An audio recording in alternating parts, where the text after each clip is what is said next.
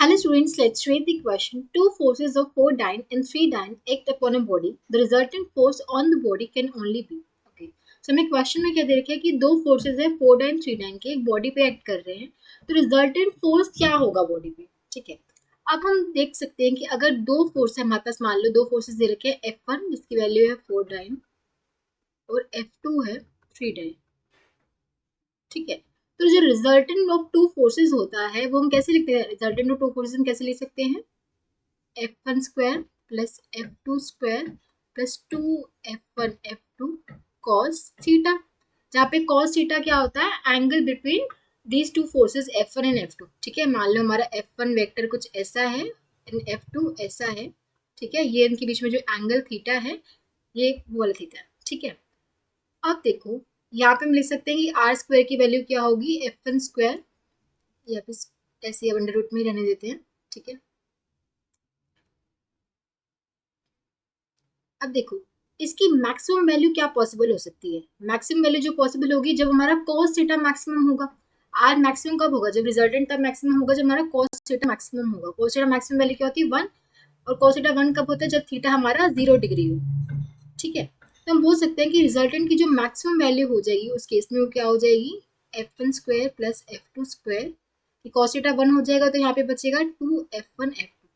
ये अंदर किसका फॉर्मूला बन गया? a प्लस बी का होल स्क्वायर का फॉर्मूला नहीं बन गया? F1 प्लस F2 का स्क्वायर हम लिख सकते हैं इसको. ठीक है.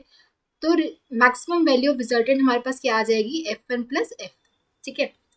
और हम मिनिमम वैल्यू की बात करें, मिनिमम कब होगा? मिनिमम तब होगा जब cos थीटा मिनिमम होगा. cos थीटा की मिनिमम वैल्यू क्या होती है? -1. ठीक है. ये कब होती है? जब थीटा हमारा किसके इक्वल हो?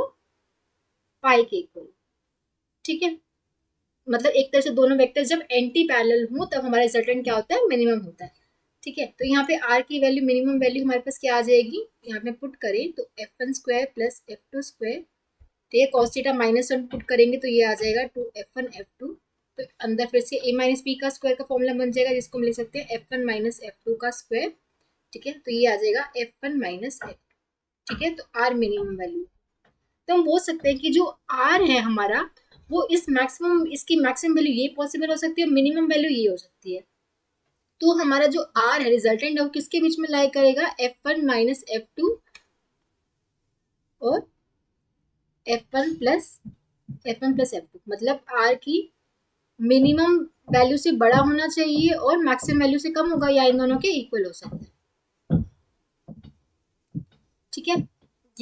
यही होगी आर की जो रेंज होगी. ठीक है. हमने यहाँ पे रिजल्टेंट की रेंज निकाल ली. अब F1 माइनस F2 करो. F1 हमारा 4 था, F2 3 था, 4 माइनस 3 क्या हो जाएगा? 1. ठीक है. और 4 प्लस 3 हो जाएगा 7. तो रिजल्टेंट की वैल्यू 1 डाइन और 7 डाइन के बीच में होनी चाहिए या इन दोनों के इक्वल हो सकती है. ठीक है. तो 1 डाइन से 7 डाइन के बीच में हमारा रिजल्टेंट फोर्स होगा. तो हम देख सकते हैं कि ऑप्शन डी से मैच कर रहा है. Option D is the correct answer. I hope आप सबको समझ आया होगा. Thank you so much.